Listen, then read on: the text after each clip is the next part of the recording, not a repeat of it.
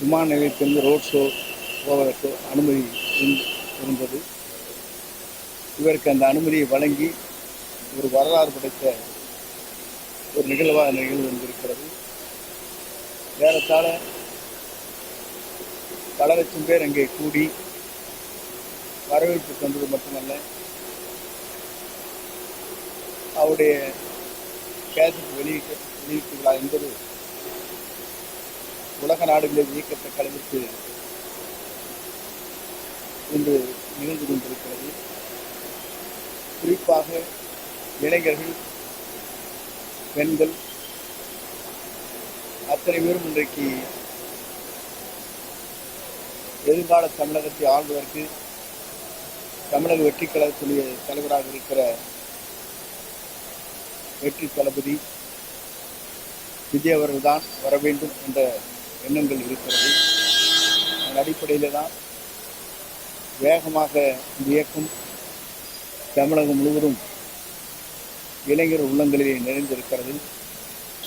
நாங்கள் நிகழ்ச்சிக்கு செல்கிற போது எங்கு பார்த்தாலும் மக்கள் வெள்ளம், இளைஞருடைய ஆர்ப்பரிப்பு நடைபெற்றுக் கொண்டிருக்கிறதை கண்கூடாக காண முடிகிறது.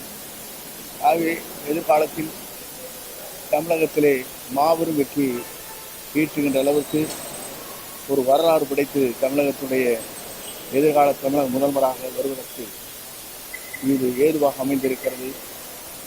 ஆகவே ஆளுகிற கட்சிகள் எதிர்கட்சிகளை காட்டிலும் ஒரு புதிய முகம் தேவை என்ற முறையில் இன்று மக்கள் ஒருமனதாக பெரும்பாலான மக்கள் அதை ஏற்றுக்கொண்டிருக்கிறார்கள்.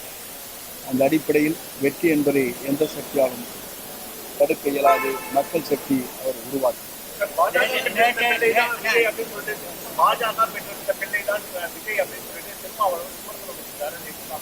திருமாவளவனுடைய கருத்து அப்படிப்பட்ட கருத்து.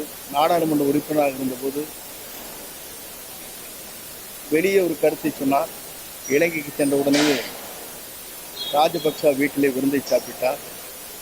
அங்கேயே பரிசு பொருளை பெற்றார். அவருடைய கருத்துக்கள் இருவாறு கருத்துக்கள் இருக்கிறது என்பதை நான் வலியுறுத்த விரும்புகிறேன். நேற்றைய தினம் தலைவர் விஜய் வர்றப்போ பாதுகாப்பில் குளறுபடியது. இதில் மத்திய தொழில் பாதுகாப்பு படையினர் பொதுமக்களை தள்ளிவிட்டு தொண்டர்களையும் தள்ளிவிட்டாங்க. உங்கள் இயக்கத்திலிருந்து தொண்டர்கள் மூலமாக காக்கப்படும்.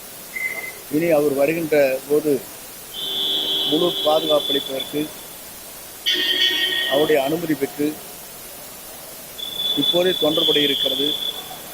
அது மேலும் வலுவு பெறுகின்ற அளவிற்கு உருவாக்கப்படும்.